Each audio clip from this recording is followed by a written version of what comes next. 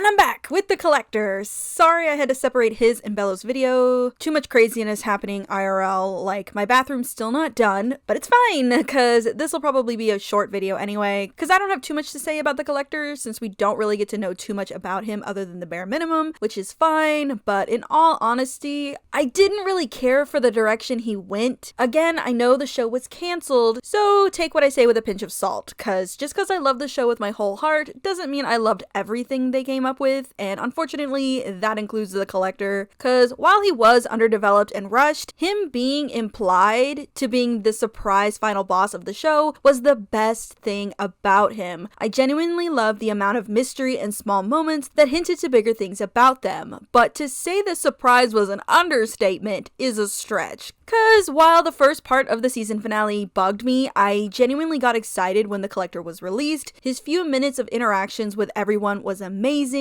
blowing Bellows up, asking the Hex Squad if they need a head start, his show of power by moving the moon and him just straight up breaking the skull/room. I really like how his childish nature came off as truly horrifying. Like, what he was saying didn't match the vibe it would have if anyone else was saying it.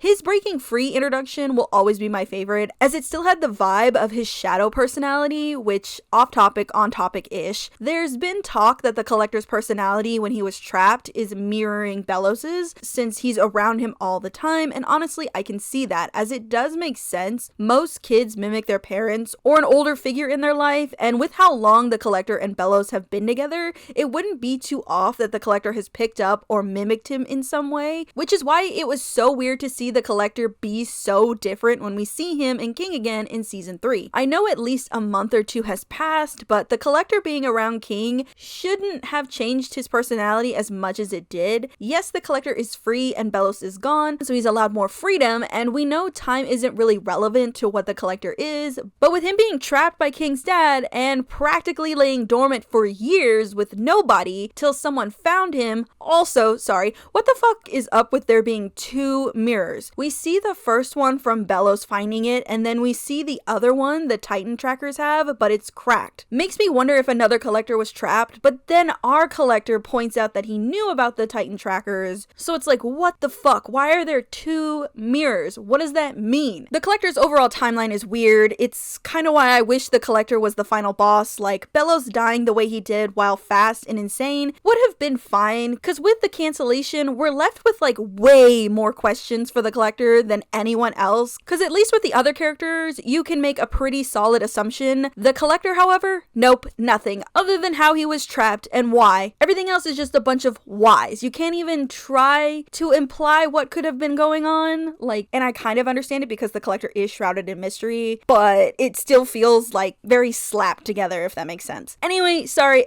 yeah, the Collector was trapped for a long time, witnessed witches killing Titans and praying to him, then was found by Bellows and spent hundreds of years with him till he was free. All that personality growth doesn't just go away. Yes, the Collector is a child and views the world as a playground, but due to Bellows probably knows how to be cruel. I mean, he suggested to Bellows they could make a Grimwalker to play with, and he's laughed about how Bellows constantly destroys the Grimwalkers, which is probably why he thinks if a toy breaks, he can fix or replace it, which is perfect. I do like that part. I just wish they went harder with it, kept that middle ground of the Collector feeling more in control than he lets on. I just wish his personality was like 50% Bellows and 50% childlike, and that's about it, other than the episodes where he's manipulated by Bellows to go after Luz. The nightmare part was cool, but the games, yeah, no, that could have been left out in favor of him losing it when Eda, King, and Luz, while separated, still see past his tricks and find each other, making him have a tantrum, then just hiding from them. Like, hands down, would have loved a Spinel freakout moment. Also, the going from place to place and the Collector learning empathy was corny as hell. I'm sorry, it was. We all know it. Either way, it's cool they made a new door that's always going to work. That part's cool. Like, at the end of it, I still like the Collector. I'm just kind of bummed because of like all the what could have been if we had more time. Because while most characters ended on somewhat good notes, story or arc-wise, the Collector was doomed the minute the show was canceled. I don't think anything that could have been done or rewritten could have avoided it. But we can't change the past, so let's move on to the design. I've been talking for too long. Okay, so as you can see, I aged the collector up because I'll be honest, I don't mind his design. I think his outfit is pretty cute as it's like a onesie, which I think works for the character as he's a child, but also comes from a nighttime like realm. Though the pom-poms on his shoes are giving off Jester doll vibes, or at the very least Tinkerbell vibes, which makes sense with his childlike attitude and murderous nature.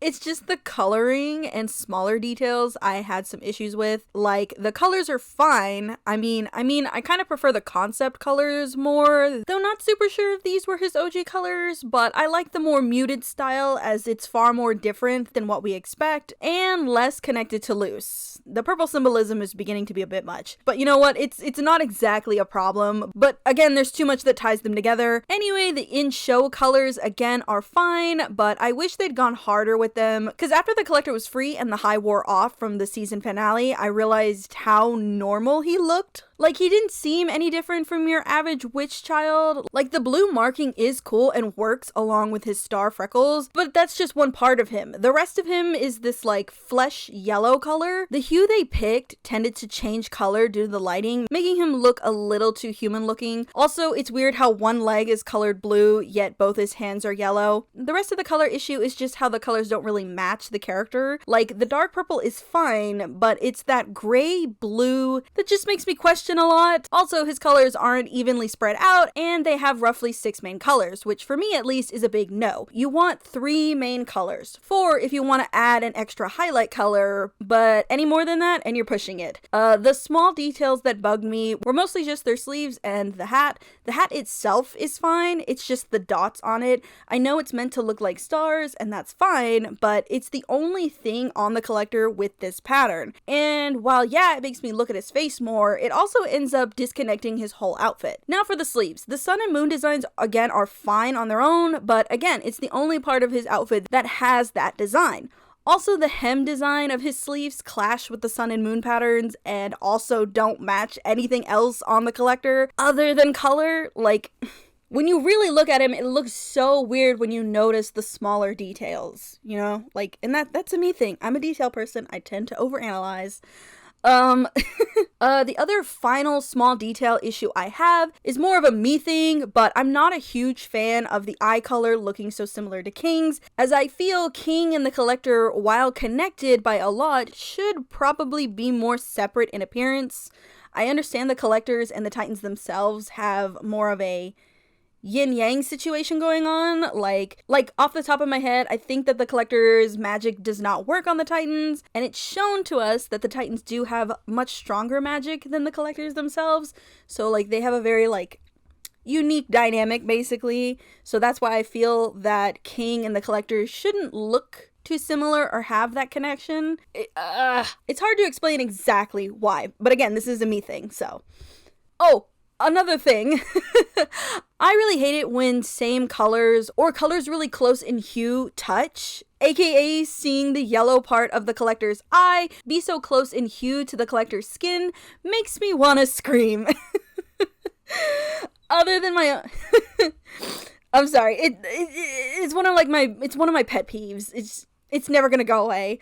Other than my own personal design preferences, I still think the design is cute and does still send the message across on what he is and their vibe. So how I'm going to explain his redesign is more in line with the AU and personal preferences, so that is why the collector looks so much more different. So bear with me as I explain the choices I made. Anyway, for the redesign / age up, I decided to make the collector look a bit more like their siblings by giving him a long coat. I made it look like a bathrobe, but with some jester-like element, with the double puff shoulder, and kept the theme of the half and half, making one side of the coat nighttime with embedded moons on the colored cuffs, and daytime on the other side with a setting sun on the other sleeve's colored cuff. Both sides have stars as more of a nod to where the collector is from, and cause the sun is setting on the other sleeve. Since the collector's face gives the illusion of a setting sun, and also an eclipse, which is great symbolism for their involvement with the Day of Unity. Anyway, as for his hat, I made it similar again to their siblings. In the painting, we see all the siblings have hats similar to our collector, but have something at the end of them. And seeing as none of them have an eclipse symbol, I figured it was a good choice for the collector. It also makes me wonder if the siblings' markings or themes are centered around the things on the ends of their hats. As for the collector's outfit, I decided to keep the silhouette of his OG outfit the same, but less onesie and more big boy styled, aka long shorts. As for shoes, yeah, I decided to do shoes more similar to their shadow form by pointing the tips of his shoes. I also made them more illusion-like. Basically, they're meant to seem like they're his feet, but to seem more otherworldly, cause let's be honest, what cosmic being is gonna wear low-top slide-ons? As for the smaller details, I did decide to keep the necklace the collector wears, but made it more like Ida's gemstone, so now it's kind of like embedded, but added like a golden star rim around it and used the color of the onesie to add more of a shining effect to it. Also, I gave them a belt just to make the onesie seem less like a onesie. As you can see, I did keep the half and half, but made the onesie more checkerboard, which is a nod to the games played with Luz and Ida and King. The coat style of just half and half is more of a nod to his original onesie. Their hat is also half and half. It's hard to see because of the 3/4 view, but it's cut to mimic the collector's face pattern. Also, I did add moons to the hemline. Sorry. Now for the features. So I already said I wasn't a fan of the flesh yellow color, so I did make the yellow skin color more brighter. We can all just say the collector was pale due to being trapped for so long. Though, for their face marking, again, it bugs me that their face and leg are that blue color, yet the other arm isn't, so yeah, the collector is fully half and half now, and that includes their eyes. Instead of the whites of their eyes being a hue too close to their skin, I just used a very pastel white yellow for the eyes and hair and made their eyes match their half and half theme. Blue eye on the sunny side and yellow eye on the night side. I did recolor the freckles too, but I'm not sure I like what I did. I just know I didn't want to make them the same star shape the show did, so I'll mess with it later. As for hair, I styled it a bit more, nothing too crazy, just moved their bangs around to make them feel older, along with giving them a long braid, mostly to show the passage of time, and cause I like to think the collector pretends it's a tail similar to King's. They seem like the type. And that is about it, other than y'all seeing me like drop a few of the design choices I started with. Yeah, the stripes just felt like a bit too much. Like, the final design is still a lot, but that's kind of the point. The collector's still not a full adult, but now more in their late teens and still trying to figure out who they are and how to look and present themselves. Plus, they're a cosmic god. They're allowed to be a lot. Anyway, I don't have much else to say as I don't have anything AU related since I hadn't decided if they would stay or be worked into something else. So yeah, this design was more just for fun than anything else really. Anyway, next video will probably be a while since Turkey Day is right around the corner, and then after that, I become my family's Christmas pack meal, so I'll be forced to decorate for a good while, but when I come back, next video will be Tekna. And if you hang out in my community tab, you'll see I've been in a Has Been Hotel mood, aka I'ma redesign Lucifer, Emily, and Sarah. Like, actually redesign them. No personal interpretations or overhaul versions, so look forward to that. Also, no new members to scream at today, but fun congrats to these OGs who've made it to BBC Horrors. Yay! And congrats to Bunny P. Ward, Ghostly Night Owl, and Sunny Locks Larson for making it to Purple Seahorse. Also, special thanks again to 4'10" for the super and honestly super insightful comments. Anyway, thank you guys so much for supporting the channel. It means a lot to me. And for those of you who also want to support the channel, please remember to like, comment, share, and subscribe, and if possible, become a member. Really helps out the channel and me. I hope you all have a super fantastic day, and I'll see you in the next one. Bye!